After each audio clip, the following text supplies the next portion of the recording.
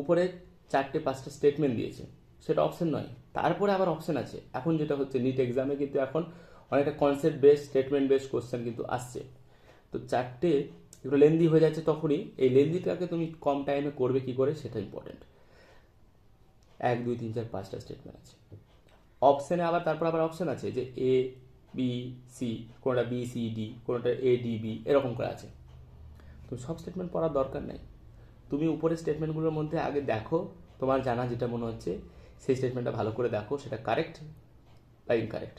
তো তুমি একটা এ কারেক্ট পেয়ে গেলে, তুমি যদি শিওর হও অ্যাবাউট দ্য অপশন এ, এটা তো কারেক্ট বা ইনকারেক্ট, তুমি এটাকে আগে খুঁজে নাও অপশনের মধ্যে যে অপশন এ কোথায় কোথায় আছে। এ কারেক্ট, এ আছে এই দুটো অপশনে, বাকি দুটো দেখার দরকার নাই। তুমি যদি শিওর একদম এতে, ঠিক এতে তুমি একদম শিওর হয়ে গেছো, তাহলে এ যেখানে যেখানে আছে অপশন দুটোতে এ আছে, বাকি দুটোতে নেই, বাদ দাও। ওই বাকিগুলো দেখবোই না। তাহলে তারপরে দেখছি যে এর সাথে একটা বি আছে আর একটা এর সাথে বি সি আছে, একটা অপশন এ বি আর একটা অপশন এ বি সি আছে। দেন আমি কি চেক করবো?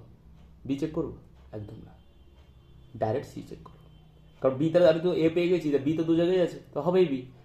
দেন সি, সিটা চেক করো, সিটা ঠিক আছে না ভুল আছে। যদি ঠিক থাকে তো এবিসি, যদি না থাকে তো এবি, ব্যাস। বাকি আর দুটো স্টেটমেন্ট সি ডি আমার জানার দরকার নেই। হ্যাঁ, তবে ক্রস চেক করার জন্য তুমি এ বি আর বি এবিসির মধ্যে বিটা একবার দেখে নিলে, পরে একবার আচ্ছা ঠিক আছে ওকে, আমার সময়টা বাঁচবে।